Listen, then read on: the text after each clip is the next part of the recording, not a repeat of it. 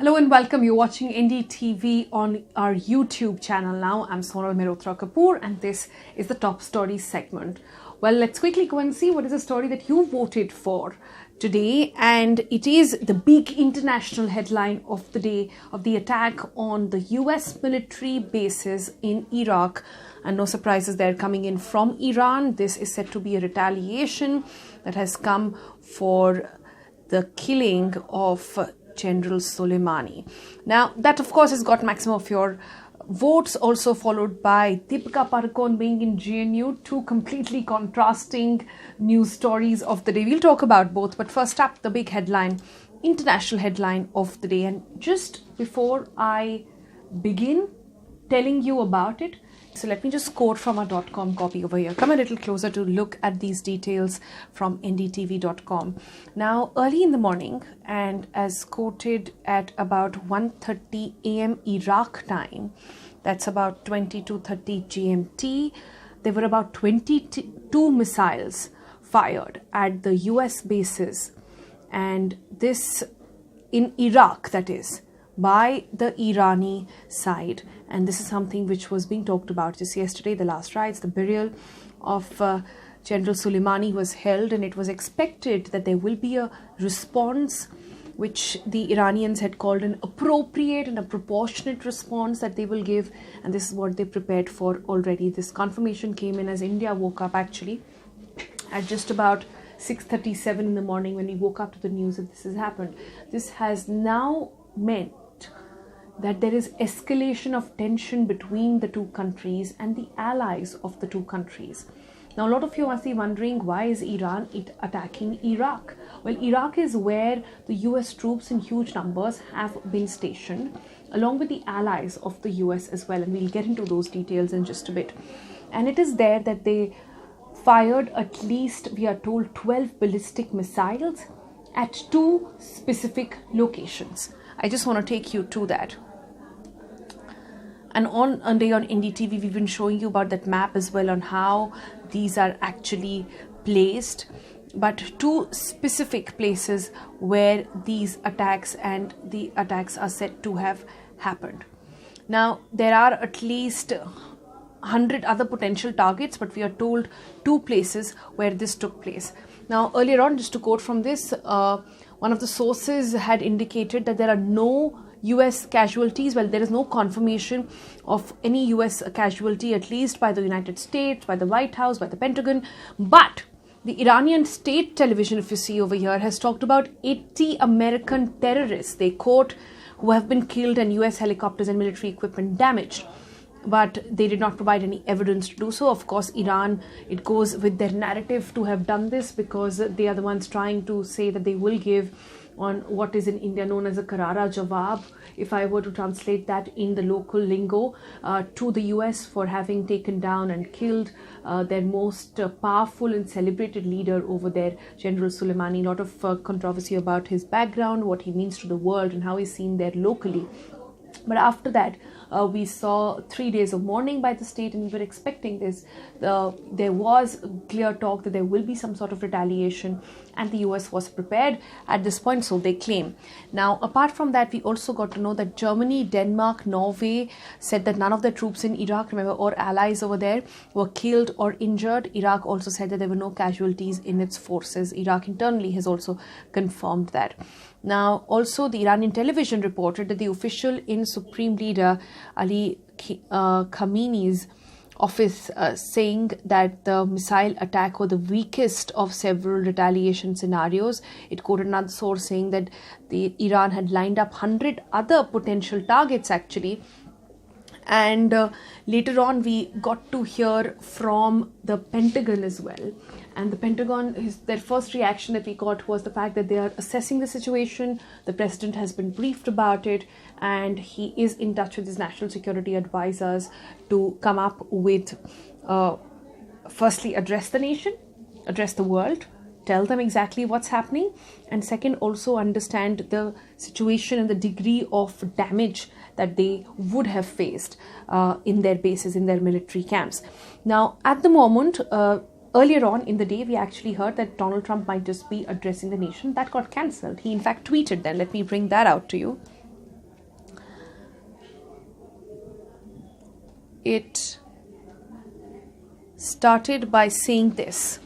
Donald Trump said that all is well, that they are analyzing the situation on the ground, and he also went out to say that this is the best, the US facilities and the military personnel are the best in the world, they are completely capable of dealing with things, and the reaction will be seen in that way as well. Now also at this point, the response came in, and the first reaction that generally happens on an airstrike like this is when you see the air bases being shut down. So at the moment, the US commercial flights and the airlines over there, the civil airlines there, have stopped any air movement over Iran, over Iraq, the Gulf of Oman, and one more place around that area where they've said that they will not. The Gulf of Oman, like I said, and this entire region has been warned for flying over any of those areas. So any of the US commercial flights will not be taking and hovering around that. India on the other side, now that's the big question and worry for everybody watching out for the details. How does it impact India? Well, there are considerable amount of Indians in Iran and Iraq, and in Iraq at least for that matter. And there was an advisory that came out from the Ministry of External Affairs that they are in touch. There is nothing to worry at this point. They have advised anybody who's traveling to Iraq, unless it's absolutely essential, don't do it. Even if you're traveling internally in Iraq, then don't try to avoid it, in fact, as much as possible. Also, he went out to say that there will be both the embassies over there in the region are completely functional, and they are there for people and are providing them with aid, whatever possible at this point, whatever would be required at this point. Now, airline and airspaces, we've talked about that. Of course, this is in response to the sort of to the killing of General Soleimani, like I said, about the and the manner in which it was really done, the escalation that followed after that, and what it really means for US and for the world. I quickly want to take you to this last line here, which is very important, which talks about more than 5,000 US troops remain in Iraq along with the other foreign forces as part of the coalition that has trained and backed Iraqi forces against the threat of Islamic State militants. So that's the big developing story, very sensitive at this point. We're not getting into too many unconfirmed reports.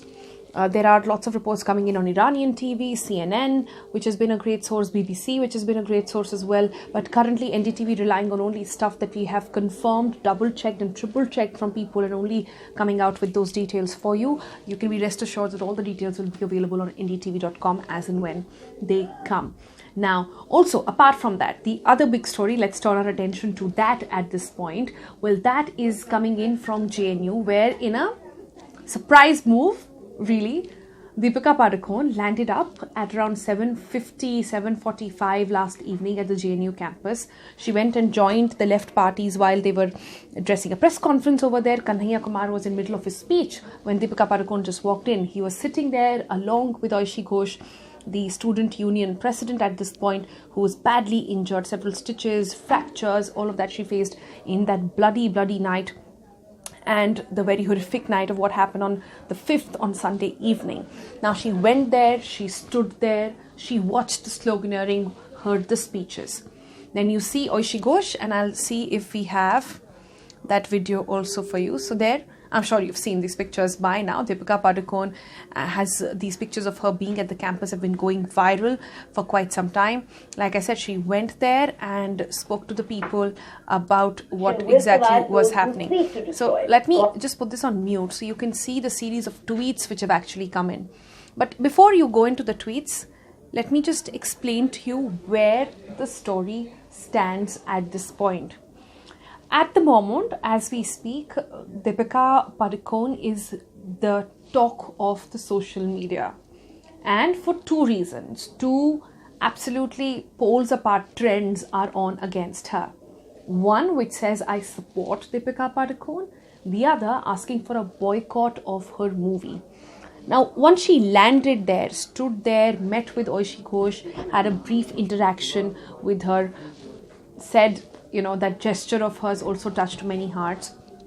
And there is a point, if you see in those videos, all available online, by the way, Oishi Ghosh asks her to come and speak a few words. Deepika Padukone, in what appears to be, denies and says, I'm just here to watch and listen to you guys and I stand with you, and that's all she does. She was there for about roughly 10-15 minutes or so, but that was enough to send social media into a tizzy, saying, wow, finally. First reaction was, wow, a Bollywood star to actually land up at a protest like that, and not any Bollywood star, an A-lister, a superstar like Deepika Padukone. While there have been protests by Bollywood in Mumbai, at Carter Road, at several other places, we've seen them come out at Azad Maidan earlier against CE, against NRC, some of them very vocal about how they feel about it. The A-listers, the likes of the Khans, the likes of Alia Bhatt, Deepika Padukone, we haven't seen them come out ever on a political issue earlier. But this time, along with Alia Bhatt, Deepika Padukone, a lot of them have now come out. And Deepika's gesture to go and stand in solidarity with those beaten up on Sunday evening throughout a huge message. So that was the initial response, that, oh my God, Deepika Padukone is there and she stands in solidarity with the students. Then immediately after that started another trend, mostly by the right-wing group, who went on to say that this was just a publicity stunt. Why? Because her movie releases this Friday and she was just perhaps doing it for some publicity. This was then countered by the fact that, remember, at this point, there is much at risk for Deepika Padukone to make a political statement like this. It's not just a movie, Chapak, by the way, which is on acid attack victims and talks about the life of a very important crusader in that field. And Deepika Padukone plays that main character. She in fact produces that film as well. So at this point, knowing that there could have been a backlash of sorts against Deepika Padukone and her movie for having supported the people, supported the student unions, at least she has a lot at risk, but she did it anyway. That is what is now being pointed out by several others. Anurag Kashyap, in fact, was the first one to tweet out and said, well, hello, those saying that this was just a publicity stunt, do remember that she's not just acting in that movie, she actually has money on it and she stands to lose maximum if this were to backtrack against her, if she were to be seen as in support of a political party or a particular side of the story at this point. So lots of tweets coming in. Let me just talk a few of them to you. This one from Milind Diora. He says, insinuating that Deepika Padukone visited JNU to promote her film means you are ignorant as hell. She has much to lose and could have easily chosen to sit out on the fence like everyone else. Though being an artist these days, damned if you are, damned if you don't. Also, to some of the reactions coming in, let me bring you another tweet by Anurag Kashyap. And this one is really my favorite one of all. It says, the female of the species is and was and will always be the strongest of the two. Hashtag Deepika Padukone Chapak. First day all shows. Let's all those who stand against the violence go to book my show and show them. Make your silence a statement, and with which will be the loudest. Also several other tweets that came in. This one from Simi Gerewal saying, I applaud your commitment and your courage and you are a hero. This one by Shruti Seth saying, you are a rock star, Deepika Padukone. From Kanhaiya Kumar, another important one where he says, more power to you, Deepika, and thank you for your solidarity and support. You might be abused or trolled today, but history will remember you and your courage and standing by the idea of India. So at the moment, there are, like I said, two big trends doing online, one in favor, one against Deepika Padukone. Deepika Padukone has spoken exclusively with NDTV as well, and she talked about how she's really proud of the fact that the young in the country are not scared anymore to voice their opinion, and she feels that that is a big achievement at the moment. She also talked in some other newspaper reports we've been reading about how she remembers what happened during the time of Padmavat. Remember when Deepika Padukone was doing that movie, there were some right-wing fringe groups who had gone ahead to destroy her set during the filming of the movie.